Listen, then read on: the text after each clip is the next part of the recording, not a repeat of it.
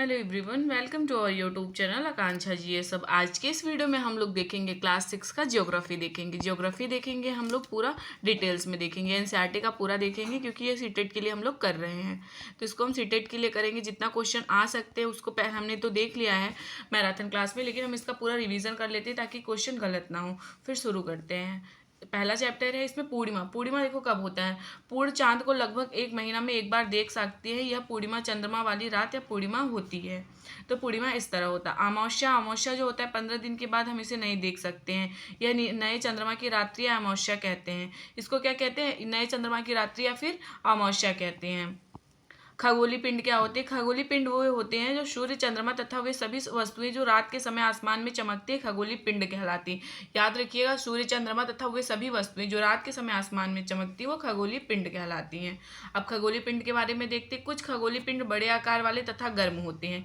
ये गैसों से बने होते हैं। इनके पास अपनी ऊष्मा तथा प्रकाश होता है जिसे वो बहुत बड़ी मात्रा में उत्सर्जित करते हैं। इन खगोलीय पिंडों को तारा कहते हैं। सूर्य भी एक तारा है। देखो, कुछ खगोलीय पिंड बड़े आकार वाले तथा गर्म होती है। ये गैसों से बने होते हैं। इनके पास अपनी ऊष्मा तथा प्रकाश होती है जिसे वो बहुत बड़ी मात्रा में उत्सर्जित भी करते हैं, और इन खगोलीय पिंडों को तारा कहते हैं। सूर्य भी हमारा क्या है? एक तारा है।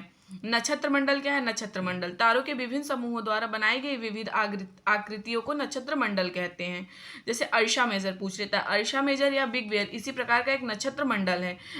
मतलब ये इसी प्रकार का जो अर्शा मेजर है, इसी प्रकार का एक नक्षत्र मंडल है। सप्तऋषि यह 7 तारों का समूह है। सप्तऋषि जो हो गया ना, बियर है, सप्तऋषि, ये 7 तारों का समूह है जो नक्की नक्षत्र मंडल अर्शा मेजर का भाग है। मतलब ये अर्शा मेजर का भाग है।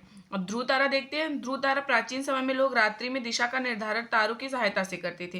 देखो, बहुत से लोग हैं ना जो हमारे घर में, जैसे जो दादी वादी हो गई, तो वो लोग मतलब कि टाइम भी ऐसे ही बता देते हैं। अगर आप पूछोगे तो वो अपने मतलब अनुमान से बता देती है एग्जैक्ट, और वो देख आसमान में तारे वगैरह देख के भी बता देती हैं। बस 5 मिनट आगे पीछे या फिर कुछ ऐसे 10-15 मिनट, लेकिन वही एग्जैक्ट होता है। तो ध्रुव तारा से ध्रुव तारा प्राचीन समय में लोग रात्रि में दिशा का निर्धारण तारों की सहायता से करते थे। उसी तारा द्वारा उत्तर दिशा को बताता है। मतलब उत्तरी तारा जो होता है ना, वो उत्तर दिशा को बताता है। इसे ध्रुव तारा भी कहते हैं। इसको क्या कहते हैं? ध्रुव तारा भी कहते हैं। अब ग्रह देखते हैं। कुछ खगोलीय पिंडों में अपना प्रकाश एवं ऊष्मा नहीं होती। देखो, कुछ खगोलीय पिंड होते हैं ना जिनमें अपना प्रकाश और ऊष्मा नहीं होता, वो तारों के प्रकाश से प्रकाशित होते हैं। ऐसे पिंड ग्रह कहलाते हैं। अभी हम खगोलीय पिंड के बारे में देखे थे, जिनके पास अपना ऊष्मा प्रकाश होता है, उत्सर्जित कहते हैं, वो तारा कहलाते हैं। लेकिन कुछ जो होते हैं जैसे कि वो तारों के प्रकाश से प्रकाशित होते हैं, तो वो पिंड ग्रह कहलाते हैं। खगोलीय पिंडों को उनकी गति के संबंध में अध्ययन करने वाले को खगोल शास्त्री कहते हैं। आर्यभट्ट प्राचीन भारत के प्रसिद्ध खगोल शास्त्री थे। मतलब आर्यभट्ट जो थे ना, प्राचीन भारत के प्रसिद्ध खगोल शास्त्री थे। ग्रह, जिसे अंग्रेजी में प्लैनेट कहते हैं। प्लैनेट ग्रीक भाषा के प्लेटाइन शब्द से बना है, जिसका अर्थ होता है परिभ्रमक, अर्थात चारों ओर घूमने वाला। पृथ्वी जिस पर हम रहते हैं, यह एक ग्रह है। जिस पे हम लोग रहते हैं, पृथ्वी भी तो हमारी एक ग्रह है। यह अपना संपूर्ण प्रकाश एवं ऊष्मा सूर्य से प्राप्त करती है, जो पृथ्वी के सबसे नजदीक का तारा है। मतलब जो पृथ्वी के सबसे नजदीक का तारा है।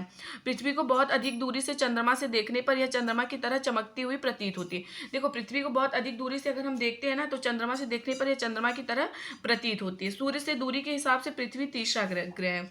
मतलब सूर्य की दूरी के हिसाब से देखेंगे ना, तो पृथ्वी जो है तीसरा ग्रह। आकार में यह मतलब कि सबसे आकार में यह बड़ा है। मतलब कि आकार में ये बड़ा है, लेकिन देखेंगे तो मतलब सूर्य के अकॉर्डिंग, अगर सूर्य से देखेंगे तो ये मान लीजिए हमारा सूर्य हो गया, ये सूर्य हो गया हमारा, और मतलब ये सूर्य हो गया, और फिर ये देखो इधर बुध होता है, फिर ये इधर लास्ट में जाके 3rd नंबर पे जो आता है ना, ये 3rd नंबर पे ये हमारा पृथ्वी होता है। अब उपग्रह देखते हैं। उपग्रह क्या है? आसमान में दिखने वाला चंद्रमा एक उपग्रह है। देखो, चंद्रमा जो उपग्रह है ना, पृथ्वी का एकमात्र उपग्रह है। ये हमारी पृथ्वी का सहचर है, जो कि इसके चारों ओर चक्कर लगाता है। सौरमंडल सूर्य 8 ग्रहों से मिलकर बना है। देखो, 8 ग्रह, इसलिए मतलब सौरमंडल इसको बोलते हैं, क्योंकि सूर्य जो होता है हेड है। इसलिए देखो, हमारी फैमिली में कोई एक हेड होता है, तो उसको ही हम मतलब उसी के नाम से पूरी फैमिली को हम सब लोग जानते हैं। तो उसी तरह सौरमंडल में जो सूर्य है वो हेड है, इसलिए इसको मतलब सौरमंडल कहा जाता है। उपग्रह तथा कुछ अन्य ग्रह अब हम लोग देखते हैं। खगोलीय पिंड जैसे क्षुद्र एवं उल्का पिंड मिलकर सौर मंडल का निर्माण करते हैं। देखो, पहली बात तो ये पूछेगा सौर मंडल का निर्माण कौन करता है? खगोलीय पिंड, क्षुद्र ग्रह और उल्का पिंड जो है मिलकर सौर मंडल का निर्माण करते हैं। उसे हम सौर परिवार का नाम देते हैं। इसको हम किसका नाम देते हैं? सौर परिवार का। अब ज्योग्राफी देखते हैं। ज्योग्राफी एक अंग्रेजी शब्द है। यह ग्रीक भाषा से लिया गया है, जिसका अर्थ है पृथ्वी का विवरण। ज्योग्राफी क्या है? एक अंग्रेजी शब्द है। ये ग्रीक भाषा से लिया गया है, जिसका अर्थ है पृथ्वी का विवरण। ज्योग्राफी पृथ्वी का विवरण, जियोलॉजी पृथ्वी का अध्ययन, ज्योमेट्रोलॉजी, पृथ्वी का मापन, जियोड, पृथ्वी के आकार के अनुरूप। देखो पृथ्वी का शेप अगर आपसे पूछ लेगा तो जियोड शेप का हमारी पृथ्वी है। सूर्य परिवार का मुखिया होता है। सूर्य मंडल के केंद्र में स्थित है। सूर्य जो है सौरमंडल के केंद्र में स्थित है, बहुत बड़ा है, अत्यधिक गर्म गैसों से बना है। ये मतलब कि बहुत ज़्यादा गर्म गैसों से बना है। इसका खिंचाव बल इसे सौरमंडल को बांधे रखता है। देखो ये क्वेश्चन पूछता है सूर्य को कौन बांधे रखता है, तो इसका खिंचाव जो है इसमें सौरमंडल को बांधे रखता है। सूर्य सौरमंडल के लिए प्रवेश एवं उष्मा का एकमात्र स्रोत है। मतलब सूर्य जो है सौरमंडल के प्रवेश के लिए, प्रकाश के लिए वो एकमात्र मतलब स्रोत है। सूर्य पृथ्वी से लगभग 15 करोड़ किलोमीटर दूर है। सूर्य जो है पृथ्वी से कितना दूर है, लगभग 15 किलोमीटर दूर है। हमारे सौरमंडल में 8 ग्रह हैं। देखो हमारे सौरमंडल में 8 ग्रह, सूर्य से दूरी के अनुसार सबसे पास में कौन है, बुध है, फिर शुक्र है, फिर पृथ्वी है, फिर बृहस्पति है, शनि, यूरेनस, लास्ट में क्या है, नेपच्यून है। और सबसे पास में कौन है पूछेगा, बुध। और शुक्र जो है ना, शुक्र को पृथ्वी की बहन भी, जुड़वा बहन भी कहा जाता है। और सुबह और भोर मतलब सुबह और शाम का तारा भी इसको मतलब बोलते हैं शुक्र को। सौरमंडल के सभी 8 ग्रह एक निश्चित पथ पर सूर्य का चक्कर लगाते हैं, ये कक्षा कहलाते हैं। मतलब ये हमारा जैसे सूर्य हो गया, देखो सूर्य हमारा हो गया, इसका कलर कौन सा कलर का था, सूर्य हमारा जो है वो येलो कलर का होता है। ये हमारा सूर्य हो गया, और ये मतलब सारे जो ग्रह हैं ना क्या करते हैं, इसका चक्कर लगाते हैं। इस तरह से इसका चक्कर लगाते हैं सारे ग्रह, सारे ये सब ग्रह हो गए, ये चक्कर लगाते हैं। तो इसको क्या कहते हैं, कक्षा कहते हैं। प्लूटो भी एक ग्रह माना जाता था। प्लूटो जो था ना, यह भी एक ग्रह माना जाता था, परंतु अंतरराष्ट्रीय खगोलीय संगठन ने अपनी बैठक अगस्त 2019 में यह निर्णय लिया कि कुछ समय पहले खोजे गए जो अन्य खगोलीय पिंड थे, प्लूटो वो बौने ग्रह कहे जा सकते हैं। मतलब इनको ग्रह नहीं मान सकते हैं, इनको हम बौने ग्रह कह सकते हैं। भूआव यानी पृथ्वी जो है हमारी ध्रुवों के पास थोड़ी चपटी होने के कारण इसके आकार को भूआव कहा जाता है। अंतरिक्ष से देखने पर पृथ्वी नीले रंग की दिखाई देती है। देखो अंतरिक्ष से देखने पर पृथ्वी नीले रंग की दिखाई देती है क्योंकि पृथ्वी के पे 2/3 सतह जो है पानी से ढकी हुई है, इसलिए इसे नीला ग्रह भी कहा जाता है। इसलिए पृथ्वी को क्या कहते हैं, नीला ग्रह कहते हैं। अब चंद्रमा देखते हैं हम लोग। हमारी पृथ्वी के पास केवल एक उपग्रह है, ये वो चंद्रमा है। इसका व्यास जो है पृथ्वी के व्यास का केवल 1/4 है। इसका व्यास जो है पृथ्वी के व्यास का केवल 1/4 है। चंद्रमा पृथ्वी से लगभग कितनी दूरी पे है, चंद्रमा जो है ना हमारी पृथ्वी से कितनी दूरी पे है, लगभग 3,84,400 किलोमीटर। आप लोग याद रखिएगा 3,84,400 किलोमीटर दूर है। अब नील आर्मस्ट्रांग के बारे में देखते हैं, क्योंकि ये सब पूरा दिया है पहले चैप्टर। नील आर्मस्ट्रांग पहले व्यक्ति थे जिन्होंने 21 जुलाई 1969 को सबसे पहले चंद्रमा की सतह पर कदम रखा था। प्रकाश की गति के बारे में हम लोग देखते हैं। प्रकाश की गति लगभग 3 लाख किमी प्रति सेकंड है। सूर्य के प्रकाश को पृथ्वी तक पहुंचने में लगभग 8 मिनट का समय लगता है। याद रखिएगा सूर्य के प्रकाश को पृथ्वी तक पहुंचने में कितना मिनट का टाइम लगता है, तो 8 मिनट का समय लगता है। मानव निर्मित उपग्रह, ये तो देखो नाम से पता चला है, मानव निर्मित उपग्रह वो हो गए जो मानव के द्वारा मतलब निर्मित किए गए हैं। एक कृत्रिम पिंड है, यह वैज्ञानिकों द्वारा बनाया जाता है। अंतरिक्ष में उपस्थित कुछ भारतीय उपग्रह जैसे इनसेट हो गया, IR हो गया, एडुसेट इत्यादि, ये सब क्या है, मानव निर्मित उपग्रह हैं। चंद्रमा पृथ्वी का एक चक्कर लगभग 27 दिन में लगाती है। लगभग इतने ही समय में अपने अक्ष पर एक चक्कर भी पूरा करती है। ये लाइन याद रखिएगा। इसके परिणाम स्वरूप पृथ्वी से हमें चंद्रमा का केवल एक ही भाग दिखाई, इसलिए देखो चंद्रमा का हमें एक ही भाग दिखाई पड़ता है, एक भाग नहीं दिखाई देता है। क्षुद्र ग्रह क्या होते हैं, क्षुद्र ग्रह वो होते हैं ग्रह के ही भाग हैं जो बहुत वर्ष पहले विस्फोट के बाद ग्रहों से टूटकर अलग हो गए। मतलब जब विस्फोट हुआ था तो जो ये थे ग्रहों से टूट के अलग हो गए थे। असंख्य छोटे पिंड भी सूर्य के चारों ओर चक्कर लगाते हैं। मतलब असंख्य जो छोटे छोटे पिंड होते हैं वो सूर्य के चारों ओर चक्कर लगाते हैं। इन पिंडों को क्या कहते हैं, इन पिंडों को क्षुद्र ग्रह कहा जाता है। उल्का पिंड सूर्य के चारों ओर चक्कर लगाने वाले पत्थर के छोटे छोटे टुकड़ों को उल्का पिंड कहते हैं। लाखों तारों के समूह को आकाशगंगा, मिल्की वे है। हमारा सौरमंडल इस आकाशगंगा का एक भाग है। हमारा सौरमंडल इस आकाशगंगा का सिर्फ एक भाग है। लाखों आकाशगंगाएं मिलकर ब्रह्मांड का निर्माण करती हैं। मतलब कि ब्रह्मांड कितना ज़्यादा बड़ा होगा। ग्रहों का विवरण अब हम लोग देखते हैं। बुध यह सूर्य का सबसे नजदीक ग्रह है। देखो ये सूर्य का सबसे नजदीक ग्रह, यह सबसे छोटा व सबसे हल्का ग्रह, यह सबसे छोटा भी है और सबसे हल्का ग्रह भी। सूर्य के चारों ओर एक परिक्रमा कितने दिन में लगाता है, यह 88 दिन में पूरा करता है। 88 दिन में पूरा करता है। अब शुक्र पृथ्वी का निकटतम है, सबसे चमकीला और सबसे गर्म। सबसे आपसे पूछ लेगा सबसे चमकीला ग्रह किसको और सबसे गर्म ग्रह कौन है, तो शुक्र है, और ये पृथ्वी के निकट है। इसे सांझ का तारा या भोर का तारा भी कहते हैं। इसे मतलब इवनिंग और मॉर्निंग स्टार कहते हैं। इसे पृथ्वी का अभिभागनी ग्रह कहते हैं, मतलब बहन माना जाता है, पृथ्वी की जुड़वा बहन, क्योंकि पृथ्वी के जैसा सब कुछ आकार है, बस थोड़ा सा जीवन उस पर संभव नहीं है। सूर्य के चारों ओर एक परिक्रमा ये 255 दिन में करता है। कितने दिन में, 255 दिन में। और बुध वहीं 88 दिन में करता था। देखो मंगल को लाल ग्रह कहा जाता है। मंगल को क्या कहा जाता है? मंगल जो है इसको लाल ग्रह कहा जाता है। इसके दो उपग्रह है, फोबोस और डिमोस। अब इसको ऐसे रख सकते हो मोमोज टाइप से, फोबोस और डिमोस जो हो गए। सूर्य के चारों ओर भी एक परिक्रमण ये 687 डे में लगाता है, 687 दिन में लगाता है, पूरा करता है। और इसके दो उपग्रह याद रखना है, इसको फेमस है, फोबोस और डिमोस। बृहस्पति, यह सौरमंडल का सबसे बड़ा ग्रह है। बृहस्पति जो है ना, ये सौरमंडल का सबसे बड़ा ग्रह है। इसका उपग्रह ज्ञानमीड है, मतलब इसका जो उपग्रह है ना ज्ञानमीड है। सूर्य के चारों ओर एक परिक्रमण ये 12 साल में लगाता है, ये 12 साल में लगाता है और ये सौरमंडल का सबसे बड़ा ग्रह है। शनि यह आकार में दूसरा सबसे बड़ा ग्रह है, यानी कि बृहस्पति के बाद। अरुण, इसका आकार, यह आकार में तीसरा सबसे बड़ा ग्रह है। इसकी खोज 1781 ईस्वी में विलियम हर्शल द्वारा की गई थी। देखो ये आकार में तीसरा सबसे बड़ा है अरुण, और इसकी खोज 1781 में विलियम हर्शल द्वारा की गई थी। इसका उपग्रह जो है टाइटेनिया है। सूर्य के चारों ओर एक परिक्रमण ये 84 मतलब 84 साल में लगाता है। वरुण जो है यह सूर्य से सबसे दूर स्थित है, मतलब ये दूर सबसे ज्यादा स्थित है सूर्य के। और इसका उपग्रह ट्राइटन है। सूर्य के चारों ओर ये कितना परिक्रमण कब तक लगाता है? 164 साल में अपना पूरा करता है, 164 साल में। पृथ्वी के बारे में हम लोग देखते हैं। पृथ्वी आकार में 5वां सबसे बड़ा ग्रह है। पृथ्वी अपने अक्ष पर 23.5 डिग्री झुकी हुई है। यह सौरमंडल का एकमात्र ग्रह है जिस पर जीवन संभव है। एकमात्र उपग्रह चंद्रमा है इसकी। पृथ्वी का व्यास जो है ये है 6371 किलोमीटर। अब हम सेकंड चैप्टर देखते हैं, ग्लोब, अक्षांश और देशांतर देखते हैं।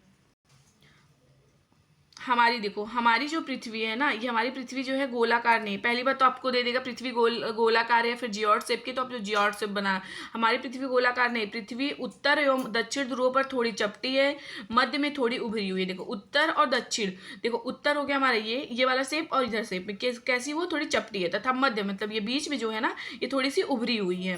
ग्लोब पर देशों, महाद्वीपों तथा महासागरों को उनके आकार में दिखाया जाता है। देखो हमारा जो ग्लोब होता है ना, इसी पे तो महाद्वीप हो गया, देश हो गया, महासागर, उसको दिखाया जाता है। एक सुई है ग्लोब की ओर झुकी हुई अवस्था में स्थित होती है, जिसे अक्ष कहा जाता है। जिसपे ग्लोब जो है ऐसे टिका रहता है, इसको क्या कहते हैं? अक्ष तो कहते हैं, तो ये अक्ष होता है। ग्लोब पर वे दो बिंदु जिनसे होकर सुई गुजरती है, उत्तर तथा दक्षिण ध्रुव है। ग्लोब पर वे बिंदु है जिससे सुई होकर गुजरती है, वो उत्तर तथा दक्षिण ध्रुव है। ये उत्तर हो गया हमारा, नॉर्थ साइड हो गया, और ये हमारा साउथ साइड हो गया, यानी दक्षिण ध्रुव। काल्पनिक रेखा जो ग्लोब को दो बराबर भागों में बांटती है, इसे विषुवत वृत्त कहा जाता है। देखो ये हमारी पृथ्वी हो गई, ये हमारा ये हो गया लाइन जो है, इसको हम काल्पनिक रेखा कहते हैं, विषुवत वृत्त कहते हैं। इक्वेटर लाइन है, फिर 0 डिग्री बोलते भी है, ठीक है। इसको, इस रेखा में स्थित आधे भाग को उत्तरी गोलार्ध तथा दक्षिणी भाग को दक्षिणी गोलार्ध कहा जाता है। देखो जब ये इसको ऐसे काटती है तो इसका उत्तरी गोलार्ध हो जाता है, और ये जो शेप होता है ना इस नीचे का, ये दक्षिणी गोलार्ध हो जाता है। अक्षांश रेखाएं देखते हैं। अक्षांश रेखाएं वो होती है विषुवत वृत्त से ध्रुव तक स्थित सभी समांतर वृत्त को अक्षांश रेखाएं कहते हैं। देखो विषुवत वृत्त से ध्रुव तक स्थित सभी समांतर वृत्तों को अक्षांश रेखा कहते हैं। विषुवत वृत्त मतलब 0 अंश मतलब 0 डिग्री, अभी मैंने जो बताया, अक्षांश को दर्शाता है। विषुवत वृत्त किसको दर्शाता है? ये जो होता है लाइन ना, ये हमारा इक्वेटर, ये 0 डिग्री को दर्शाता है। विषुवत वृत्त के उत्तर की सभी समांतर रेखाओं को उत्तरी अक्षांश कहा जाता है। विषुवत वृत्त की समांतर रेखाओं को उत्तरी अक्षांश कहा जाता है तथा विषुवत वृत्त के दक्षिण में स्थित समांतर रेखाओं को दक्षिणी अक्षांश। आप ऐसे मतलब अनुमान लगा सकते हैं, ये दक्षिण का साइड है तो दक्षिणी अक्षांश कह सकते हैं, ऊपर का साइड है तो उत्तरी अक्षांश कह सकते हैं। अक्षांश समांतर रेखाएं, देखो इसको देखते हैं। उत्तरी गोलार्ध में कर्क रेखा, देखो उत्तरी गोलार्ध में कर्क रेखा जो है ना 23.5 डिग्री उत्तरी, और दक्षिणी गोलार्ध में मकर रेखा 23.5 डिग्री दक्षिणी में है। इसको याद रखिएगा। विषुवत वृत्त जो है 66.5 डिग्री उत्तर में उत्तर ध्रुव वृत्त है। विषुवत वृत्त के 66.5 डिग्री दक्षिण में दक्षिण ध्रुव वृत्त है। पृथ्वी के देखो ये वाला जो शेप होता है दक्षिणी वृत्त में, आपको बता रही हूँ। देखो ये शेप हो गया, ये हमारी पृथ्वी का शेप हो गया, ये विषुवत रेखा हो गया। इसके नीचे का जो भाग है ना, इसको ही बोलते हैं 66.5 दक्षिणी। देखो ये दक्षिणी में है तो दक्षिणी ध्रुव वृत्त बोल देंगे इसको, ये 66.5 है ये वाला, और इसको भी बोलेंगे 66.5 उत्तरी ध्रुव वृत्त बोलते हैं। अब पृथ्वी के ताप कटिबंध हम लोग देखते हैं। पृथ्वी के ताप कटिबंध, उष्ण ताप कटिबंध कर्क रेखा एवं मकर रेखा के बीच है। देखो ये याद रखना, ये क्वेश्चन पूछ लेता है कटिबंध से। कर्क रेखा और मकर रेखा के बीच में है उष्ण ताप कटिबंध। अक्षांशों पर सूर्य में एक बार दोपहर में सिर के ठीक ऊपर मतलब होता है। देखो अक्षांशों पे जो सूर्य होता है ना, वर्ष में एक बार ठीक दोपहर में मतलब सिर के ऊपर होता है, इसलिए इस क्षेत्र में बहुत अधिक मतलब कि उष्मा प्राप्त होती है, इसलिए यहाँ पे गर्मी भी होती है। इसे उष्ण ताप कटिबंध भी कहते हैं, इसको उष्ण ताप कटिबंध भी कहते हैं। शीतोष्ण कटिबंध, देखो शीतोष्ण कटिबंध जो है ना उत्तरी गोलार्ध में कर्क रेखा और उत्तर में है, देखो शीतोष्ण कटिबंध यहाँ पे जो है ना इधर साइड में जो होता है बहुत ज़्यादा ठंडी होती है। ध्रुव वृत्त तथा देखो ध्रुव वृत्त तथा दक्षिणी गोलार्ध में मकर रेखा एवं दक्षिणी ध्रुव वृत्त के बीच वाले क्षेत्र का तापमान मध्यम रहता है, इसलिए इन्हें शीतोष्ण कहा जाता है। इन्हें शीतोष्ण कहा जाता है। अब शीत कटिबंधी उत्तरी गोलार्ध में उत्तरी ध्रुव दक्षिणी ध्रुव गोलार्ध में दक्षिणी ध्रुव के बीच क्षेत्र में ठंड बहुत होती है, जैसे ये शेप हो गया यहाँ इसके लास्ट में जो होता है ना ये यहाँ पे, तो यहाँ पे जो होता है बहुत ठंडा होता है। यहाँ पे ये दक्षिणी में हो गया क्योंकि यहाँ सूर्य से क्षितिज से ऊपर नहीं आ पाता, मतलब यहाँ पे जो सूर्य है ना उसकी प्रकाश सीधे क्षितिज में नहीं पहुंच पाती, सूर्य की प्रकाश देखो यहाँ पे ढंग से नहीं पहुंच पाती, इसलिए शीत कटिबंध कहलाते हैं। इसलिए शीत कटिबंध कहलाते हैं। अब हम देशांतर देखते हैं। उत्तरी ध्रुव से दक्षिणी ध्रुव को मिलाने वाली रेखा को हम देशांतर रेखा कहते हैं, या फिर काल्पनिक जो रेखा होती है उसको देशांतर रेखा कहते हैं। देशांतर को अंशों में मापा जाता है। देशांतर को अंशों में मापा जाता है। प्रत्येक अंश को मिनट को सेकंड में विभाजित किया, फिर प्रत्येक अंश को मिनट को, फिर मिनट को सेकंड में विभाजित किया जाता है। अक्षांश जो है, रेखाओं से भिन्न सभी देशांतरी यामोत्तर की लंबाई समान होती है। देशांतर वृत्त 360 डिग्री का होता है, 360 डिग्री का होता है देशांतर वृत्त जो होता है। अब यामोत्तर क्या है इसको देखते हैं। इंग्लैंड के ग्रीनविच शहर से होकर गुजरने वाली रेखा को मध्य महारेखा यानी यामोत्तर रेखा कहते हैं। जहां ब्रिटिश राज की वेधशाला स्थित से गुजरने वाली यामोत्तर को प्रमुख यामोत्तर भी कहते हैं। ये कहाँ से गुजरती है? ब्रिटिश राज की वेधशाला स्थिति से गुजरती है, इसलिए इसको यामोत्तर मतलब प्रमुख यामोत्तर भी कहते हैं। इसका मान देखो, इसका मान जो होता है ना 0 देशांतर है, तथा यहाँ से हम पृथ्वी को 2 समान भागों में 180 डिग्री पूर्वी गोलार्ध एवं 180 डिग्री पश्चिमी गोलार्ध में विभक्त करते हैं। मुख्य मध्यमा रेखा विभिन्न देशों में समय निर्धारित करती है। देखो अलग अलग कई देशों में देखो रूस वगैरह में अलग अलग टाइम जोन है, कनाडा में भी अलग टाइम जोन है, मतलब कि मतलब उनके हर एरिया में अलग अलग टाइम पे बसता है, क्योंकि ये बांटती है ना देशों में समय का निर्धारित करती है। 180 अक्षांश पर स्थित अंतर्राष्ट्रीय तिथि रेखा कहते हैं। 180 अक्षांश पर जो मतलब स्थित है रेखा उसको क्या बोलते हैं? अंतर्राष्ट्रीय तिथि रेखा कहते हैं। यह एक काल्पनिक रेखा है। यह एक जो है काल्पनिक रेखा है जहाँ एक दिन से तारीख बदल जाती है और पूर्वी देश पश्चिमी देश में एक दिन या कुछ घंटे आगे चलते हैं।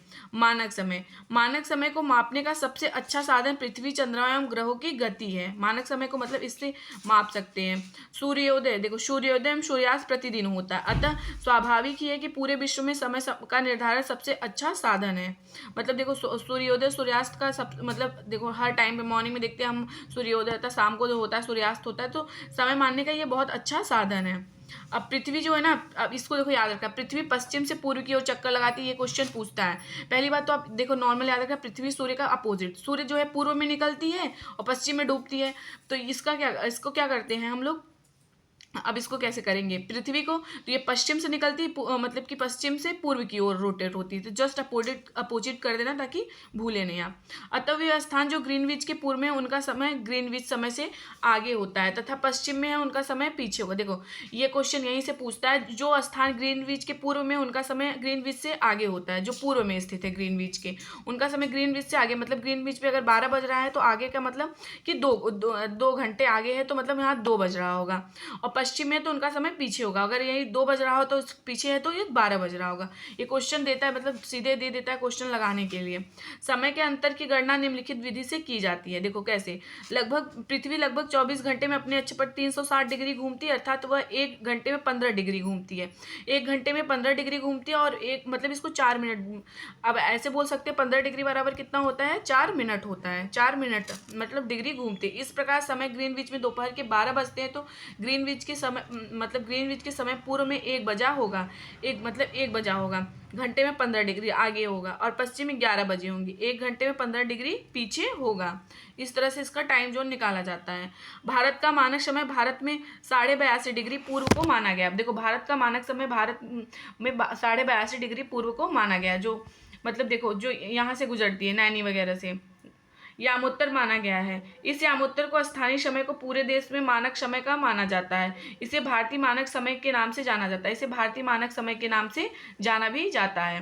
भारत का ग्रीनविच भारत जो है ग्रीनविच के 23.5 डिग्री पूर्व में स्थित है तथा यहाँ का समय ग्रीनविच के समय से 5.5 घंटा मतलब 5.5 घंटा वो आगे। अभी याद रखिए क्वेश्चन पूछ लेता है। पहले भारत कहाँ स्थित है, तो भारत ग्रीनविच के 82.5 डिग्री पूर्व में स्थित है तथा यहाँ का ग्रीनविच समय से कितना घंटा मतलब आगे है, तो 5.5 घंटा आगे। इसलिए जब लंदन में दोपहर के 2 बजे होंगे ना, तब भारत में 7:30 बज रहे होंगे, क्योंकि वहाँ ये हमारा 5.5 घंटा आगे है।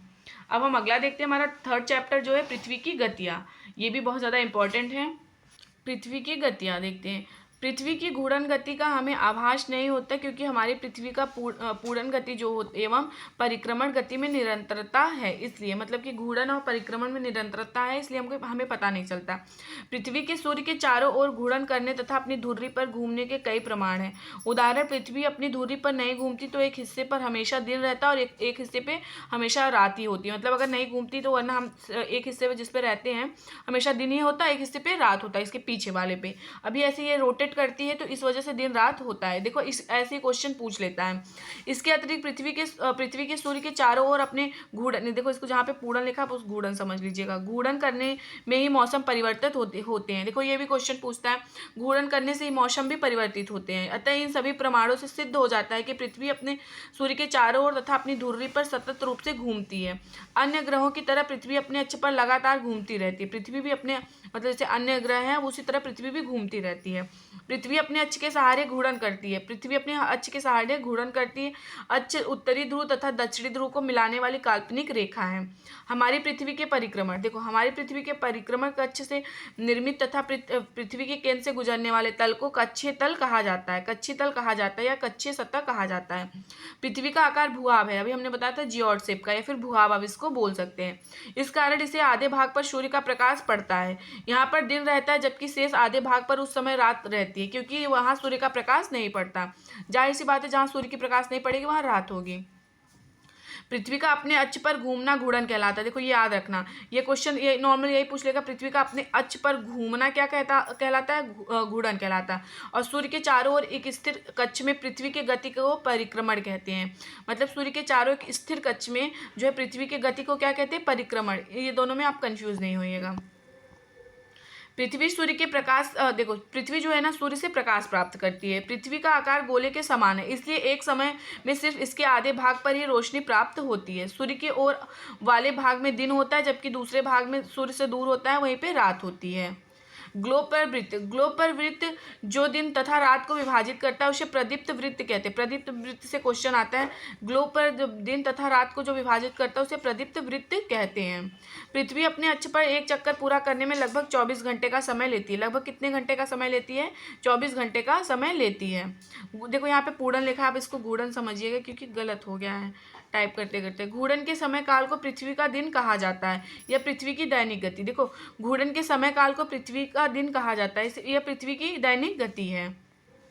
पृथ्वी की दूसरी गति जो सूर्य के चारों ओर कक्ष में होती है उसे परिक्रमण कहते हैं। देखो पृथ्वी की दूसरी गति जो सूर्य के चारों ओर होती है कक्ष में होती है उसे परिक्रमण कहा जाता है। पृथ्वी एक वर्ष में 365 मतलब 365 1/4 दिन में सूर्य का चक्कर लगाती है। देखो ये लगाती है 1/4 जो है ना, 1/4 को मतलब हर साल तो जोड़ते नहीं, इसको 4 साल में जोड़ के एक दिन मान लेते, तब वही लीप वर्ष होता है। 4 वर्षों में प्रत्येक वर्ष के बचे हुए 6 घंटे, ये 6 घंटे जो है ना मिलाकर एक दिन यानी 24 घंटे के बराबर हो जाते हैं। फिर उसको हम लोग क्या बोलते हैं, लीप वर्ष करते हैं।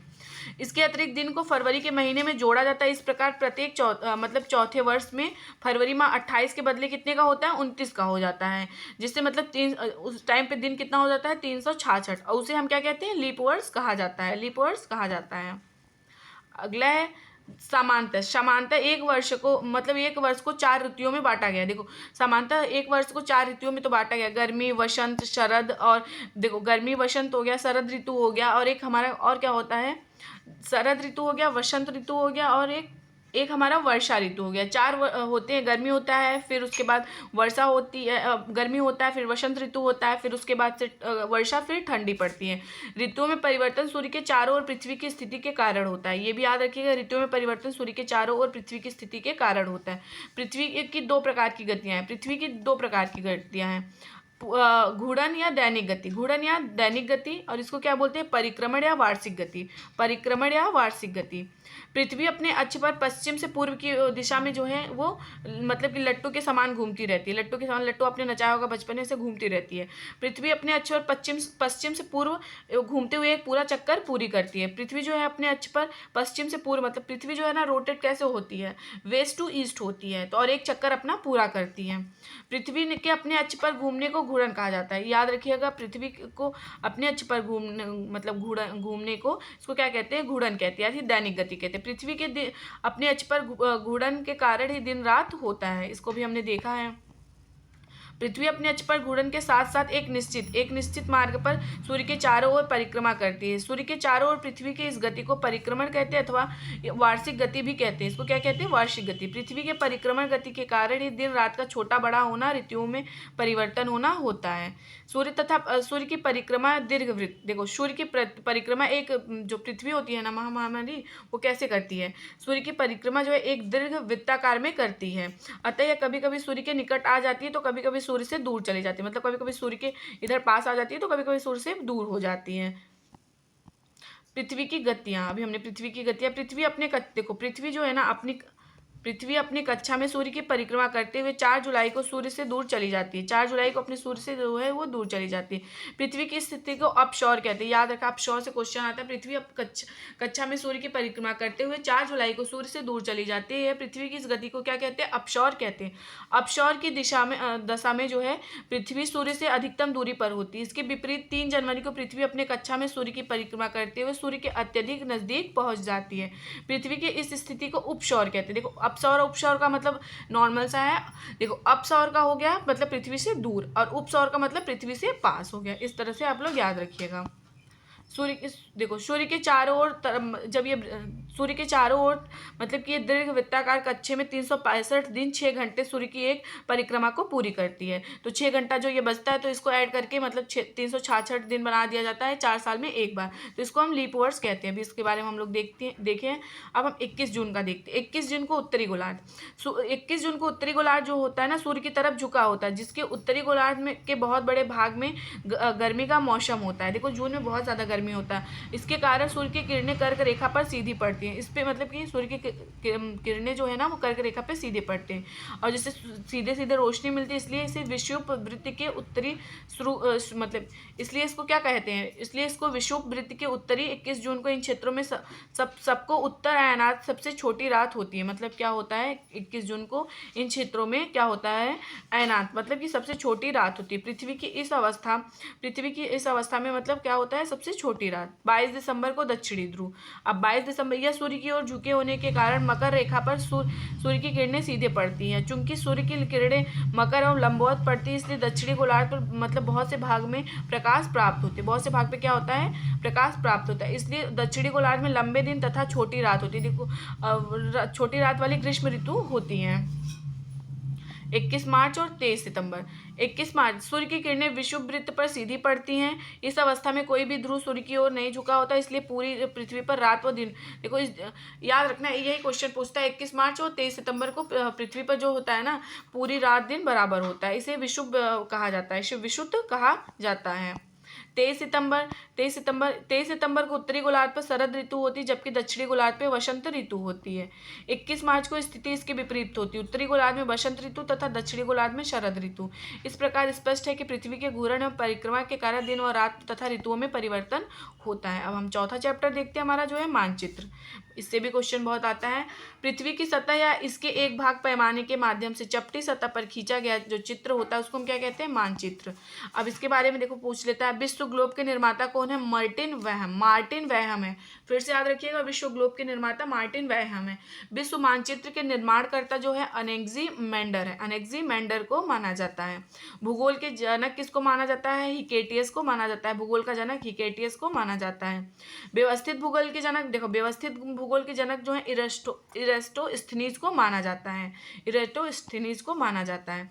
अब भौतिक मानचित्र देखो यहीं से क्वेश्चन आता है। भौतिक मानचित्र में क्या होता है, राजनीतिक खाका क्या होता है, इस तरह से क्वेश्चन पूछता है। भौतिक मानचित्र में देखो पृथ्वी की प्राकृतिक जैसे पर्वत, पठार, मैदान, नदी, महासागर इत्यादि को दर्शाने वाले मानचित्र को कहते हैं। नॉर्मल सा भौतिक मानचित्र वो होता है जो पृथ्वी की प्राकृतिक चीजों को दर्शाता है, इसको याद रखिएगा। राजनीतिक मानचित्र में क्या होता है, राजनीतिक मानचित्र में राज्य, नगर, शहर तथा गांव विश्व के विभिन्न देश, राज्यों तथा उनकी सीमाओं को दर्शाने वाले मानचित्र को राजनीतिक मानचित्र कहते हैं। राजनीतिक से मतलब गांव, नगर वगैरह याद रखना। थीमेटिक मानचित्र कुछ मानचित्र विशेष जानकारियां मतलब जैसे प्रदान करते हैं। जैसे थीमेटिक मानचित्र यही क्वेश्चन पूछता है, सड़क निर्माण मानचित्र, वर्षा, वन तथा उद्योग आदि के विवरण दर्शाने वाले को थीमेटिक मानचित्र कहते हैं। मानचित्र के 3 घटक भी पूछ लेता है। मानचित्र के 3 घटक याद रखिएगा, दूरी, दिशा और प्रतीक। दूरी, दिशा और प्रतीक इसके 3 घटक है। दूरी से क्या होता है, मानचित्र का एक आरेखण होता है जो कि पूरे विश्व है उसके एक भाग का छोटा मानचित्र के छोटे पैमाने पे खींचे जाते हैं। दिशा क्या होता है, अधिकतर मानचित्र में ऊपर दाहिने की तरफ तीर का निशान बना होता है, यह तीर का निशान दिशा को दर्शाता है। प्रतीक किसी भी मानचित्र पर वास्तविक आकारों में विभिन्न आकृतियों जैसे भवनों हो गया, सड़कों, पुलों, वृक्षों, रेल की पटरियों या कुओं को दिखाना संभव नहीं होता, इसलिए वे निश्चित अक्षरों या छाया रंगों, चित्रों को रेखाओं का उपयोग करके दर्शाया जाता है। रूढ़ प्रतीक देखो, रूढ़ प्रतीक से भी क्वेश्चन आता है। विभिन्न रंगों का उपयोग भी इस उद्देश्य से किया जाता है। उदाहरण के लिए समांतर नीले रंग का प्रयोग देखो, नीले रंग का प्रयोग किस लिए होता है, जलाशयों के लिए मतलब जैसे पानी वगैरह वाला हो गया उस तरह। भूरा रंग पर्वत देखो, ये क्वेश्चन आपसे पूछ लेता है लगाने के लिए। भूरा रंग से क्या होता है, पर्वत। पीला रंग का याद रखना पठार होता है, पीला से पठार, प से ये शुरू हो रहा है, प से ये, तो इसको याद रखिएगा। हरा रंग मैदान, हरा तो आप आराम से समझ सकते हैं क्योंकि ग्रीन कलर का घास वगैरह भी होता है, तो इस तरह से इसको याद रख सकते हैं। रेखा चित्र क्या होता है, अपने मित्र के घर जाना चाहते हैं, देखो हमारा कोई दोस्त है उसका घर इधर साइड है तो रेखा चित्र के अकॉर्डिंग ही तो जाएंगे। आपको रास्ते की जानकारी नहीं, मतलब हमें रास्ते की जानकारी नहीं है तो आजकल तो हम मैप से जाते हैं या फिर पूछ लेते हैं ऐसे आओ लेफ्ट साइड राइट साइड, तो इस तरह से आपका मित्र अपने घर के रास्ते को बताने के लिए कच्चा आरेखण बना सकता है जिसको लैंडमार्क वगैरह जैसे यूज करते हैं। खाका जो हो गया, एक छोटे क्षेत्र का बड़े पैमाने पर खींचा गया रेखा चित्र खाका कहलाता है। ये क्वेश्चन याद रखना, एक क्षेत्र का बड़े पैमाने पर खींचा गया रेखा चित्र खाका कहलाता है। अब हम 5वां चैप्टर देखते हैं, पृथ्वी के परिमंडल, इसको देखते हैं। पृथ्वी एकमात्र ऐसा ग्रह है जहाँ जीवन है। यहाँ मानव जीवन के लिए आवश्यक तत्व भूमि, जल तथा हवा पृथ्वी पे मौजूद है। मतलब यहाँ मानव जीवन के लिए जो आवश्यक तत्व है भूमि, जल तथा हवा, ये सब मौजूद है। पृथ्वी की सतह ऐसे जिसमें 3 महत्वपूर्ण घटक हैं। पहला है भूमंडल, दूसरा है वायुमंडल, तीसरा है जलमंडल। अब देखते हैं हम भूमंडल के बारे में। पृथ्वी की सतह 2 मुख्य भागों में बांटा जाता है, महाद्वीप और महासागरीय वेशन। देखो महाद्वीप और महासागरीय वेशनों में बांटा जाता है। बड़े स्थलीय भूभागों को महाद्वीप कहते हैं, विशाल जलाशयों को महासागरीय वेशन कहते हैं। देखो बड़े भूस्थलीय भागों को महाद्वीप कहते हैं और विशाल जलाशयों वाले मतलब जहाँ पे जल वगैरह होता है उसको क्या कह देते हैं, महासागरीय वेशन कहते हैं। दुनिया के सभी महासागर एक दूसरे से आपस में जुड़े हुए हैं। दुनिया के सभी महासागर जो है ना एक दूसरे से जुड़े हुए हैं, इसलिए हर जगह समुद्र का स्तर एक समान रहता है। समुद्र तल से जमीन की ऊंचाई मापी जाती है। देखो यहाँ से क्वेश्चन पूछता है, समुद्र तल से जमीन की ऊंचाई मापी जाती है और समुद्र तल के स्तर को 0 माना जाता है। समुद्र तल को जो है उसके स्तर को 0 मापा जाता है और समुद्र तल से जमीन की ऊंचाई मापी जाती है। पृथ्वी पर सबसे ऊंची चोटी, देखो पृथ्वी पर सबसे ऊंची चोटी जो है माउंट एवरेस्ट है, जो समुद्र तल से कितना है 8,848 मीटर की ऊंचाई पर है।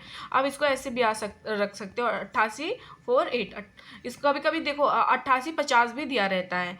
दूसरी तरफ पृथ्वी पर सबसे गहरी जगह जो मैरियाना जो प्रशांत महासागर में स्थित है, गहरी जो मतलब जगह है वो क्या है, मैरियाना गर्त जिसको बोलते हैं, फिर मैरियाना ट्रेंच, ये प्रशांत महासागर में है, जिसकी गहराई समुद्र से कितनी है, जिसकी गहराई ना समुद्र से है 11,022 मीटर है। अब हम महाद्वीप के बारे में देखते हैं। दुनिया में 7 महाद्वीप है। पहले पूछ लेगा दुनिया में कितने महाद्वीप हैं, तो 7 महाद्वीप है जो जलाशयों के कारण एक दूसरे से अलग हैं। जैसे एशिया महाद्वीप वगैरह हो गया, तो ये सब अलग हैं। 7 महाद्वीपों के नाम, एशिया हो गया हमारा, यूरोप हो गया, अफ्रीका, उत्तरी अमेरिका, दक्षिणी अमेरिका, ऑस्ट्रेलिया और अंटार्कटिका। देखो ऐसे याद रखना, पहले तो आप इसको याद रखना, एशिया हो गया, यूरोप हो गया, अफ्रीका हो गया, उत्तरी दक्षिणी अमेरिका, ऑस्ट्रेलिया और आर्कटिका। भूभाग का अधिकांश हिस्सा उत्तरी गोलार्ध में स्थित है। भूभाग का अधिकांश हिस्सा कहाँ स्थित है, उत्तरी गोलार्ध में। अब एशिया महाद्वीप को देखते हैं। यह सबसे बड़ा महाद्वीप है। पृथ्वी के भूभाग का लगभग 1/3 हिस्सा एशिया महाद्वीप में ही आता है। यह महाद्वीप पूर्वी गोलार्ध में स्थित है। देखो इसमें पूछ लेगा यह महाद्वीप कहाँ स्थित है, पूर्वी गोलार्ध में। एशिया से होकर कर्क रेखा गुजरती, कौन सी रेखा गुजरती, कर्क रेखा।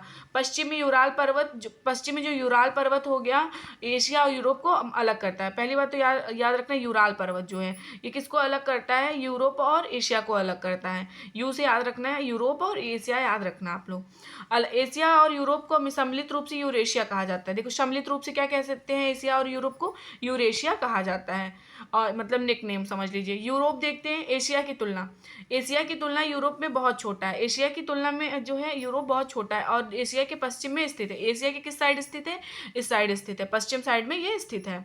यह 3 तरफ से जलाशयों से घिरा, ये 3 तरफ जलाशयों से घिरा। यूरोप से होकर आर्कटिक वृत्त गुजरता है। यूरोप से होकर क्या गुजरता है, आर्कटिक वृत्त गुजरता है। अफ्रीका देखते हैं, ये बहुत ज़्यादा इंपॉर्टेंट है। ये दूसरा सबसे बड़ा है। देखो सबसे दूसरा मतलब फर्स्ट पे एशिया है और दूसरा अफ्रीका है। अफ्रीका का अधिकांश हिस्सा उत्तरी गोलार्ध में स्थित है। यह एक लौता महाद्वीप है जिससे होकर 3 मुख्य समांतर रेखाएं गुजरती हैं, कर्क रेखा, मकर और विषुवत, ये तीनों रेखाएं गुजरती हैं। एक लौता महाद्वीप है और ये देखो किस साइड में स्थित है, ये उत्तरी गोलार्ध में। वहीं पे हमने एशिया को देखा था किसमें स्थित था, तो वो पूर्वी में, और अभी हमने इसके ऊपर जो देखा था यूरोप, वो पश्चिमी में स्थित था। विषुवत वृत्त रेखा के लगभग बीचों बीच से ये गुजरती है, मतलब विषुवत वृत्त जो हो गया ना, अफ्रीका के बीचों बीच से गुजरती है। दुनिया का सबसे बड़ा गर्म मरुस्थल, देखो दुनिया का सबसे बड़ा गर्म मरुस्थल क्या है, सहारा मरुस्थल, यहीं पे अफ्रीका महाद्वीप में ही स्थित है। दुनिया की सबसे लंबी नदी नील, दुनिया की सबसे लंबी नदी जो है नील नदी, ये अफ्रीका में ही है। यह महाद्वीप चारों ओर जलाशयों से घिरा, ये चारों ओर जलाशयों से घिरा हुआ है। यह तीसरा सबसे बड़ा महाद्वीप, ये तीसरा है। उत्तरी अमेरिका और दक्षिणी अमेरिका आपस में पनामा जल संधि द्वारा जुड़े हैं। देखो उत्तरी अमेरिका और दक्षिणी अमेरिका पूछ लेता है किसके द्वारा जुड़े हैं, तो पनामा जल संधि द्वारा। जल संधि क्या होता है, स्थल का एक शंकरा भाग जो दो बड़े स्थलीय भागों को दूसरे से जोड़ता है, स्थल संधि होता है। सॉरी, ये स्थल संधि यही होता है, मतलब स्थल को जोड़ता है, और जल से होता है तो आप जल समझ लेना उससे। उत्तरी अमेरिका उत्तरी गोलार्ध या पश्चिमी गोलार्ध में स्थित है। उत्तरी अमेरिका उत्तरी गोलार्ध और पश्चिमी गोलार्ध में स्थित है। यह महाद्वीप तीनों महासागरों से घिरा है। जैसे 3 महासागर कौन हो गया, अटलांटिक महासागर, प्रशांत और आर्कटिक महासागर, तीनों से घिरा हुआ है। दक्षिण अमेरिका का अधिकांश हिस्सा दक्षिणी गोलार्ध में स्थित है, मतलब इसके नाम से स्पष्ट हो रहा है। यह महाद्वीप 2 महासागरों से घिरा है, अटलांटिक और प्रशांत महासागर से। इंडीज जो दुनिया की सबसे लंबी पर्वतमाला है, दुनिया की सबसे लंबी पर्वतमाला इंडीज दक्षिणी अमेरिका में ही स्थित है। दुनिया की सबसे विशाल नदी जो है अमेजन, इसी महाद्वीप में स्थित है, दक्षिणी अमेरिका में ही स्थित है। ऑस्ट्रेलिया, देखो ऑस्ट्रेलिया से भी बहुत ज़्यादा क्वेश्चन आता है। यह सबसे छोटा महाद्वीप है, यह पूरी तरह से दक्षिणी गोलार्ध में स्थित है और ये इसके चारों ओर से समुद्र से घिरा होने के कारण ऑस्ट्रेलिया को द्वीपीय महाद्वीप भी कहते हैं। अंटार्कटिका देखते हैं। अंटार्कटिका यह एक विशाल महाद्वीप है जो दक्षिणी ध्रुव क्षेत्र में स्थित है। दक्षिणी ध्रुव इस ध्रुव महाद्वीप के केंद्र में स्थित है। इस महाद्वीप में मनुष्य का स्थायी निवास जो है नहीं है, क्योंकि यहाँ पे बहुत ज़्यादा पानी वगैरह ठंडा है। कई देशों ने यहाँ शोध केंद्र भी खोले हैं। देखो भारत के भी यहाँ पे शोध केंद्र है। भारत के शोध केंद्रों में मतलब गंगोत्री है, गंगोत्री भी यहाँ पे जो है भारत के। वायुमंडल अब देखते हैं हम लोग। पृथ्वी के चारों ओर घिरे हुए वायु के विस्तृत फैलाव को वायुमंडल कहते हैं। वायुमंडल हमारे पृथ्वी का एक अभिन्न अंग है। वायुमंडल हमारी पृथ्वी का क्या है, एक अभिन्न अंग है जो पृथ्वी के गुरुत्वाकर्षण पृथ्वी से जुड़ा हुआ है। जो पृथ्वी से क्यों जुड़ा है, गुरुत्वाकर्षण बल के कारण जुड़ा हुआ है। वायु जीवन के लिए एक महत्वपूर्ण भाग है। वायु के बिना कोई भी जीवित नहीं रह सकता है। वायु के बिना तो कोई जीवित रह नहीं सकता। यह जीवन के लिए हानिकारक परावैंगनिक किरणों को रोकने तथा जीवन के अनुकूल तापमान बनाए रखने में सहायक है। ये क्या करता है ना, देखो क्या मतलब कि जो परावैंगनिक किरण है सूर्य की, उससे बचाता है। वायु का 99% भाग वायुमंडल के 32 किलोमीटर की ऊंचाई में ही पाया जाता है। यूँ कहे तो पृथ्वी के इर्द गिर्द वायु का भंडार है, मतलब पृथ्वी के इर्द गिर्द में वायु का भंडार है। पृथ्वी के पर्यावरण वायुमंडल की अहम भूमिका होती है। वायुमंडल हवा से बना है, जो कई गैसों, जलवाष्प और धूलकणों से मिलकर बना है। ये भी पूछ लेता है वायुमंडल किससे बना है, तो ये हवा से बना है और जो कई गैसों, जलवाष्प, धूलकणों से मिलकर बनी हुई है। हवा की गति दबाव की अहम भूमिका होती है। ये भी पूछ लेता है हवा कैसे चलती। हवा हमेशा उच्च से निम्न दाब की ओर गति करती है। याद रखिएगा, हवा हमेशा कैसे, मतलब स्टैंडर्ड से लेके लो पे चलती है, तो उच्च से निम्न दाब की ओर चलती है। गतिशील हवा को पवन कहते हैं। गतिशील हवा को क्या कहते हैं? पवन। वायुमंडल की परतें देखो, वायुमंडल की परतें देख लेते हैं। क्षोभ मंडल देखो, सबसे पहले क्षोभ मंडल याद रखना। क्षोभ मतलब छोड़ो, याद रख लो बस, उससे मतलब पहला याद रहेगा तो आप कर लोगे। क्षोभ मंडल हो गया। फिर सेकंड पे समताप मंडल आता है। फिर हमारा कौन सा आता है? समताप मंडल आता है। फिर मध्य मंडल देखो, फिर मध्य मंडल आता है। फिर हमारा वो वायुमंडल की परत याद रखिएगा। सबसे पहले क्षोभ मंडल होता है, समताप मंडल होता है, मध्य मंडल होता है, फिर वायुमंडल होता है, फिर बहिर्मंडल होता है। इसको याद रखिएगा। क्षोभ मंडल जो है धरती की सबसे नीची वाली परत है। सबसे जैसे नीची वाली, यहाँ से स्टार्ट करिए, सबसे नीची वाली परत यही है क्षोभ मंडल। इसकी ऊंचाई ध्रुव पर 8 किलोमीटर तथा विषुवत रेखा पर 18 किलोमीटर लगभग है। क्षोभ मंडल में तापमान की गिरावट की दर जो है 165 मीटर की ऊंचाई पर 100 या 1 किलोमीटर की ऊंचाई पर 6 डिग्री सेल्सियस होती है। सबसे मतलब नीचे कौन होता है? क्षोभ मंडल होता है। क्षोभ मंडल में ही सभी वायुमंडलीय घटनाएं होती है। देखो, सभी वायुमंडलीय घटनाएं किसमें होती है? क्षोभ मंडल। जैसे बादल हो गया, आंधी, वर्षा, मतलब कि मौसम संबंधित आपसे पूछ लेगा तो क्षोभ मंडल में होती है। क्षोभ मंडल को संवहन मंडल भी कहते हैं, क्योंकि संवहन धाराएं क्षोभ मंडल तक सीमित है। इस मंडल को क्या कहते हैं? संवहन धाराएं भी कहते हैं। इस मंडल को अधो मंडल भी कहते हैं। अधो मंडल भी इस मंडल को कहते हैं। अब हमारा सेकंड पे है समताप मंडल। इसको देखते हैं। समताप मंडल जो है 18 से 20 किलोमीटर की मतलब कि इकाई तक है। किलोमीटर से लेके 6 तक है। इसमें तापमान समान रहता है। इसमें ऊंचाई मौसमी घटनाएं जैसे आंधी, बादल, धूल, कण नहीं होते हैं, मतलब इसमें मौसम संबंधित घटनाएं नहीं होती। इसमें वायुयान देखो, इसमें इसका मुख्य क्या है? वायुयान पूछ लेता है, तो ये समताप मंडल में होता है। समताप मंडल की मोटाई ध्रुवों पर अधिक होती है। कभी कभी विषुवत रेखा पर समताप मंडल का लोप हो जाता है। ओजोन मंडल देखो, धरती से 32 किलोमीटर से 60 किलोमीटर के मध्य ओजोन मंडल। इस मंडल में ओजोन गैस पाई जाती है। इस मंडल में क्या पाई जाती है? इस मंडल में ही क्या होता है? ओजोन गैसें पाई जाती हैं। ओजोन परत सूर्य से आने वाली पैरा किरणों से अवशोषित कर लेती है, इसलिए इसे पृथ्वी का सुरक्षा कवच भी कहा जाता है। इसे पृथ्वी का सुरक्षा कवच भी कहा जाता है। अगला है आयन मंडल। आयन मंडल को अब हम लोग देखते हैं, ये कितना है? ये इसकी ऊंचाई 60 किलोमीटर से 640 किलोमीटर तक होती है। यह भाग कम वायुदाब तथा पैराबैंगनी किरण द्वारा आयनीकृत होता है। वायुमंडल, यह वायुमंडल से 640 किलोमीटर के ऊपर के भाग को वायुमंडल कहा जाता है। इसके ऊपर की कोई सीमा निर्धारित नहीं। इस मंडल में हाइड्रोजन एवं गैस की प्रधानता होती है। महासागर जलमंडल के भूभाग हैं, आपस में एक दूसरे से जुड़े हुए हैं। महासागरीय जल हमेशा गतिशील रहता है। महासागर देखो, महाद्वीप तो हमने 7 देख लिया, महासागर कुल 5 हैं। प्रशांत महासागर हो गया, अटलांटिक महासागर, हिंद, आर्कटिक और दक्षिणी महासागर हो गया। प्रशांत महासागर के बारे में हम लोग देखते हैं। यह दुनिया का सबसे बड़ा महासागर, यह लगभग वृत्ताकार है। अमेरिका और दक्षिणी अमेरिका मिलकर प्रशांत महासागर के चारों ओर सबसे गहरा मैरियाना ट्रेंच यानी मैरियाना गर्त इसी महासागर में। एशिया, ऑस्ट्रेलिया उत्तरी ओर से घिरे हुए हैं। दुनिया मतलब इसको, अब हम अटलांटिक महासागर देखते हैं। यह दूसरा सबसे बड़ा महासागर है। इसका आकार अंग्रेजी के देखो एस आकार का, इसमें 5 लिखा है एस आकार के अक्षर की तरह। इस महासागर के पश्चिम में उत्तरी दक्षिणी अमेरिका है, पूर्व में यूरोप और अफ्रीका है। अटलांटिक महासागर की तट रेखा अत्यंत दंतुरित है। ये पूछ लेगा किसकी दंतुरित है? अत्यंत तट रेखा, तो अटलांटिक की। दंतुरित तट रेखा होने के कारण इस महासागर के तटों पर कई प्राकृतिक पोताश्रय और पतन है। ये व्यस्त महासागर, व्यापार की दृष्टि से ये बहुत ज्यादा मतलब कि व्यस्त महासागर है। हिंद महासागर एकलौता महासागर जिसका नाम किसी देश पर पड़ा, यानी अपने देश पे। यह महासागर त्रिभुज के आकार का, ये ट्रायंगल शेप का, इसको याद रखना है। इस महासागर के पश्चिम में अफ्रीका हो गया, उत्तर में एशिया और पूर्व में ऑस्ट्रेलिया है। अब दक्षिणी महासागर देखते हैं। यह महासागर अंटार्कटिका के चारों ओर है। यह उत्तर की ओर 60 डिग्री दक्षिण अक्षांश तक फैला हुआ है। आर्कटिक महासागर देखते हैं। यह महासागर आर्कटिक वृत्त के अंदर स्थित है और उत्तरी ध्रुव के चारों ओर है। यह उत्तरी अमेरिका और यूरेशिया के उत्तरी तटों तक फैला हुआ। आर्कटिक महासागर प्रशांत महासागर के बीच संधि का काम करने वाला एक छिछले जल वाला संकरा मार्ग है, जिसे बेरिंग जल संधि कहा जाता है। महासागर जल की 3 प्रमुख गतियां देखो, 3 प्रमुख गतियां, तरंगे हो गई, ज्वार भाटा, महासागरीय धाराएं हो गई इसकी। अब हम देखते हैं हमारा देश भारत। हमारा अगला एंड लास्ट चैप्टर यही हमारा देश भारत, इसके बारे में। भारत एक बहुत बड़े भौगोलिक विस्तार वाला देश है। उत्तर में यह हिमालय के ऊंचे शिखरों से घिरा है, पश्चिम में अरब सागर, पूर्व में बंगाल की खाड़ी तथा दक्षिण में हिंद महासागर भारत भारतीय प्रायद्वीप के तटों पर लहराते हैं। भारत का क्षेत्रफल 32.8 लाख किलोमीटर है। उत्तर में कश्मीर के देखो, उत्तर में कश्मीर से लेके यहाँ से लेके उत्तर कश्मीर हो गया, यहाँ ये हो गया हमारा साउथ साइड, कन्याकुमारी तक इसका विस्तार कितना है, याद रखें विस्तार पूछता है, 3200 किलोमीटर है, 3200 किलोमीटर है। और अगर वहीं पे पूछ लेगा पूर्व में अरुणाचल प्रदेश से लेकर पश्चिम में कच्छ तक इसका विस्तार 2900, यहाँ पूर्व में अरुणाचल प्रदेश से लेकर इधर कच्छ तक पश्चिम तो किधर है, तो ये 2900 किलोमीटर है, 2900 किलोमीटर है। भारत की स्थिति अब हम लोग देखते हैं। उत्तरी गोलार्ध में स्थिति कर्क रेखा 23.5 डिग्री उत्तरी देश के लगभग मध्य भाग से गुजरती है। दक्षिण से उत्तर की ओर भारत की मुख्य भूमि का विस्तार 8 डिग्री 4 सेकेंड उत्तर तथा 37 डिग्री 6 सेकेंड उत्तरी अक्षांशों के बीच है। पश्चिम से लेकर पूर्व तक भारत का विस्तार जो है ना 68.7 पूर्वी तथा 97.25 पूर्वी देशांतरों के बीच में है। देशांतरी विस्तार लगभग 29 होने के कारण यहाँ दो छोर पर स्थित स्थानों के स्थानीय समय में बहुत अधिकतर अंतर होता है।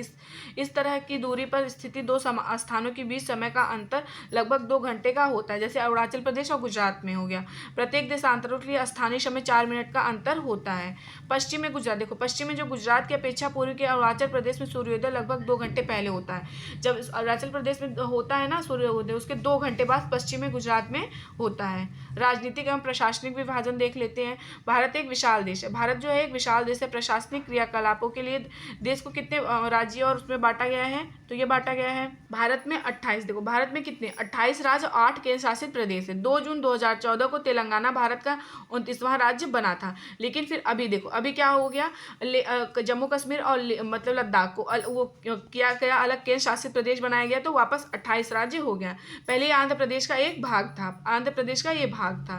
भारत की राजधानी नई दिल्ली है। राज्यों का निर्माण मुख्यतः भाषाओं के आधार पर हुआ था। भाषाई आधार पर सबसे पहले कौन सा राज्य बना था, तो आंध्र प्रदेश। क्षेत्रफल की दृष्टि से सबसे बड़ा राज्य राजस्थान है, तथा सबसे छोटा जो है गोवा है। देखो गोवा एकदम लास्ट में से छोटा सा रहता है, तो ये गोवा हो गया, और सबसे बड़ा जो है ये राजस्थान है।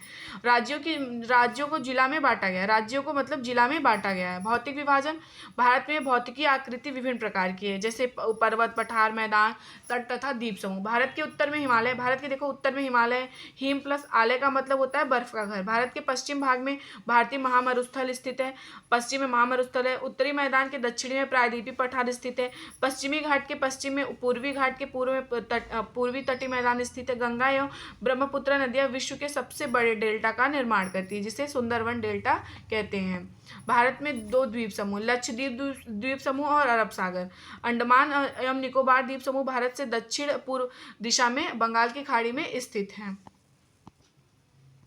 अब हम इन लोग की राजधानी देखते हैं, और मतलब देश राज्य देखते हैं, उनकी राजधानी देखते हैं। हम आपको ऐसे ओरली बता दे रहे हैं। सबसे पहले देख लेते हैं हम लोग हरियाणा की राजधानी जो है वो चंडीगढ़ है। हिमाचल प्रदेश की शिमला है। झारखंड की रांची है। आंध्र प्रदेश की अमरावती, आंध्र प्रदेश की क्या है, अमरावती। अरुणाचल प्रदेश की क्या है, ईटानगर है। असम की दिसपुर है, और बिहार का आपको पता है पटना है। छत्तीसगढ़ का जो है वो रायपुर है। गोवा का पणजी है, गोवा का क्या है, पणजी। गुजरात का क्या है, गांधीनगर। कर्नाटक का बेंगलुरु हो गया। केरल का त्रिवेंद्रपुरम। मध्य प्रदेश का भोपाल। महाराष्ट्र का क्या है कैपिटल, मुंबई। मणिपुर का इम्फाल हो गया। मेघालय का शिलोंग। मिजोरम का आइजोल हो गया। नागालैंड का कोहिमा। उड़ीसा का क्या हो गया, उड़ीसा का जो है भुवनेश्वर हो गया है। पंजाब का चंडीगढ़। राजस्थान का जयपुर। सिक्किम का गंगटोक हो गया। तमिलनाडु का चेन्नई हो गया। तेलंगाना का हैदराबाद। त्रिपुरा का अगरतला। उत्तर प्रदेश का क्या है, लखनऊ है, ये गोमती नदी के किनारे बसा। उत्तराखंड का देहरादून हो गया। पश्चिम बंगाल का कोलकाता हुगली नदी के किनारे बसा हुआ है। अब हम केंद्र शासित प्रदेश देखते हैं जो हमारे 8 हैं। सबसे पहले जो है दिल्ली की कैपिटल नई दिल्ली। पुडुचेरी की पांडिचेरी है। लद्दाख की लेह है। लक्षद्वीप की कावारती। चंडीगढ़ की चंडीगढ़ है। जम्मू कश्मीर की कैपिटल श्रीनगर, और श्रीनगर जो है गर्मी की है और ठंडी की जम्मू है। अंडमान निकोबार का पोर्ट ब्लेयर। दादर व नगर हवेली और दमन द्वीप का जो है इसका दमन जो है वो है कैपिटल। तो ये इसके बारे में था। अगला हम देख लेते हैं देश की राजधानी नई दिल्ली का क्षेत्रफल कितना है। नई दिल्ली का क्षेत्रफल भी पूछ सकते हैं क्योंकि उसमें दिया हुआ है। अगर सिर्फ दिल्ली का पूछे तो हमें दिल्ली का बताना है। दिल्ली का कितना हुआ है, 1483 वर्ग किलोमीटर में ये फैला हुआ है, सिर्फ दिल्ली का। अगर आपसे भारत का पूछ ले तो आपको भारत का बताना है। ये भारत का है, याद रखिएगा 3287 है। ऐसे आप याद रख सकते हैं 28, इतना 3.28 है। अगर क्षेत्रफल की दृष्टि में अगर विश्व में देखें तो 7वें नंबर पे अपना देश भारत है। भारत की देखो, भारत की राष्ट्रभाषा इसमें हिंदी दिया है। भारत में कोई राष्ट्रभाषा नहीं है, राज्य भाषा हम कह सकते हैं, लेकिन वैसे नहीं। कुल राज्य इसमें देखो 29 दिया, क्योंकि पुरानी एनसीईआरटी था तो ये इसमें 28 कुल राज्य हैं। राष्ट्रीय आदर्श शब्द क्या है, सत्यमेव जयते। राष्ट्रीय फूल क्या है, कमल है। राष्ट्रीय खेल हॉकी है। सबसे अधिक वर्षा वाला स्थान माशिनराम मेघालय में है। सर्वाधिक घनी आबादी वाला राज्य बिहार है। सबसे अधिक वनों वाला राज्य जो है वो मतलब सबसे ज़्यादा वन कहाँ पे है, असम में। सबसे अधिक जनसंख्या वाला नगर जो है मुंबई है। सबसे पूर्वी राज्य अरुणाचल प्रदेश है, सबसे पूर्वी राज्य। और सबसे पश्चिमी राज्य गुजरात है। सबसे उत्तरी राज्य जो है कश्मीर है। सबसे दक्षिणी राज्य तमिलनाडु है। सर्वाधिक गनने वाली फिल्म जो है इंद्रशवा 1933 में आई थी। सबसे तेज गति से चलने वाली रेलगाड़ी शताब्दी एक्सप्रेस है, नई दिल्ली टू भोपाल। सबसे महंगा नगर जो है बैंगलोर है। सर्वाधिक प्रदूषण फैलाने वाला शहर जो था वो कोलकाता को माना जाता है। लेकिन अभी क्या है ना, सबसे ज़्यादा प्रदूषण कहाँ पे, दिल्ली में। सांस लेना मुश्किल हो गया। भारत की कुल भाषाएं लगभग कितनी है, 1952 है। सर्वोच्च राष्ट्रीय सम्मान क्या है भारत का, वो भारत रत्न है। सर्वाधिकार अनुसूचित जाति वाला राज्य उत्तर प्रदेश है। सर्वाधिक अनुसूचित जनजाति वाला मतलब कि राज्य जो है वो मध्य प्रदेश है। सर्वाधिक साक्षरता वाला राज्य जो है वो केरल है। सबसे कम वर्षा का स्थान सबसे कम कहाँ पे होता है, लेह में सबसे कम होता है। तो ये क्लास 6 का कंप्लीट हो गया। अब मैं 7th का कराऊंगी, और क्लास 6 का मैंने हिस्ट्री भी ऐसे करा दिया। तो वीडियो अगर पसंद आए तो प्लीज़ वीडियो को लाइक करिएगा, कमेंट जरूर से करिएगा, वीडियो को शेयर करिएगा, चैनल को सब्सक्राइब। Thank you.